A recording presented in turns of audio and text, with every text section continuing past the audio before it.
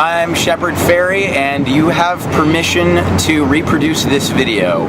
So, I think that intellectual property and freedom of expression need to have a healthy balance. And right now, corporate agendas, I think, are tilting it too far towards very, very severe and unreasonably restrictive enforcement of copyright law.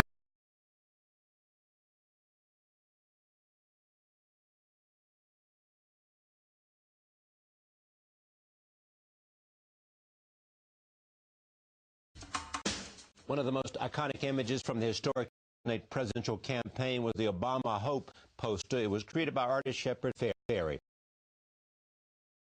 How are you taking all this in? I'm, of course, extremely happy about the Obama image that I created, but more that it had any part in helping Obama get elected.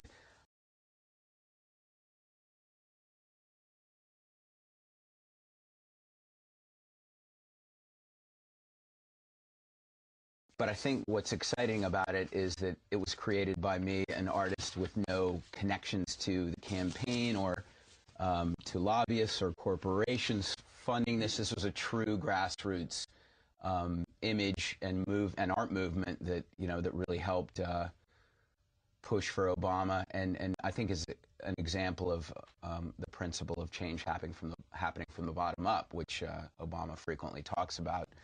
And also my history of work has been a very do-it-yourself, make art, share it with people by any means necessary. I did a lot of street art, and for people to see that someone who basically came from a $4.25 an hour skate shop job, powerless in the grand scheme of things by most people's standards, has been able to affect things, I think is really exciting, and to see the evolution of it.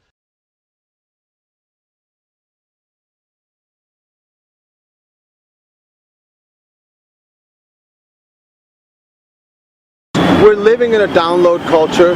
We're living in a time where images are being used by artists.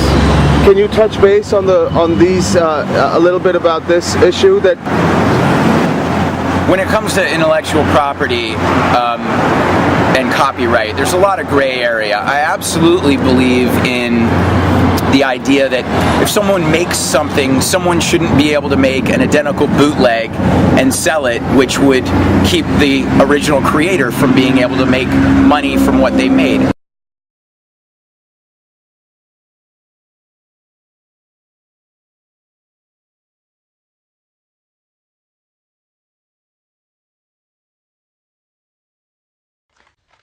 Yeah, the Hope image.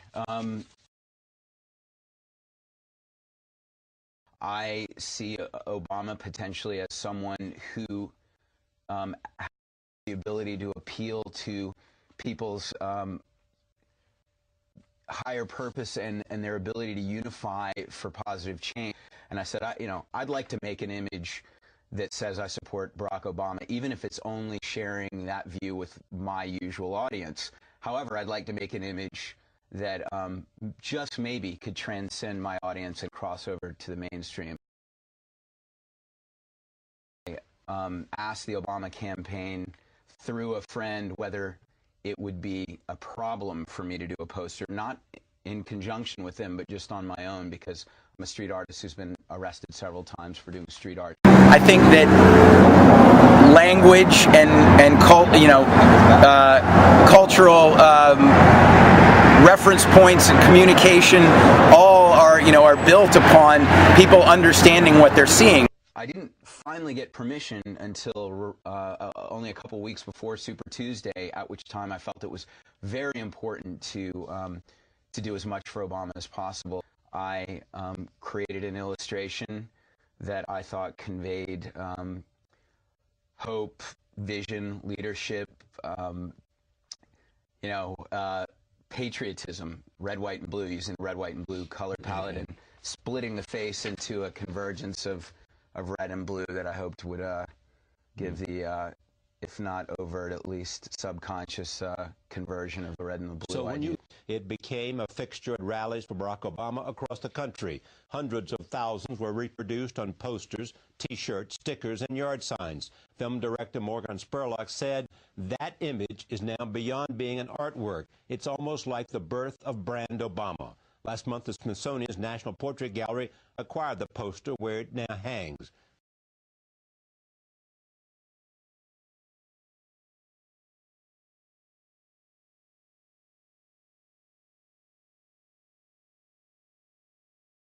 So if you see something transformed, obviously it references the original. And when it comes to a portrait, it has to look like the person.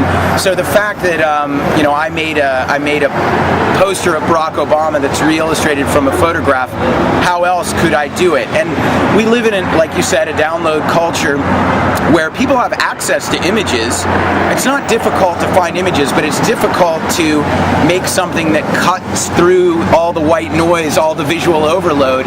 And that's what I think the artist's role is, to make something that's special. And whether it's something that's never been seen before, or it makes you see something pre-existing in a new light, that is a valid part of communication and expression that should not be seen as copyright infringement ever. That's very, very dangerous when you think that political speech and free expression, First Amendment basically. As an artist, I don't express myself with words, I express myself with pictures, and a lot of other artists do that. All of a sudden, everything that's out there is copyrighted and you think you might be sued. That really is going to make people think twice before they express their point of view. And the culture does not benefit from fewer voices, it benefits from more voices.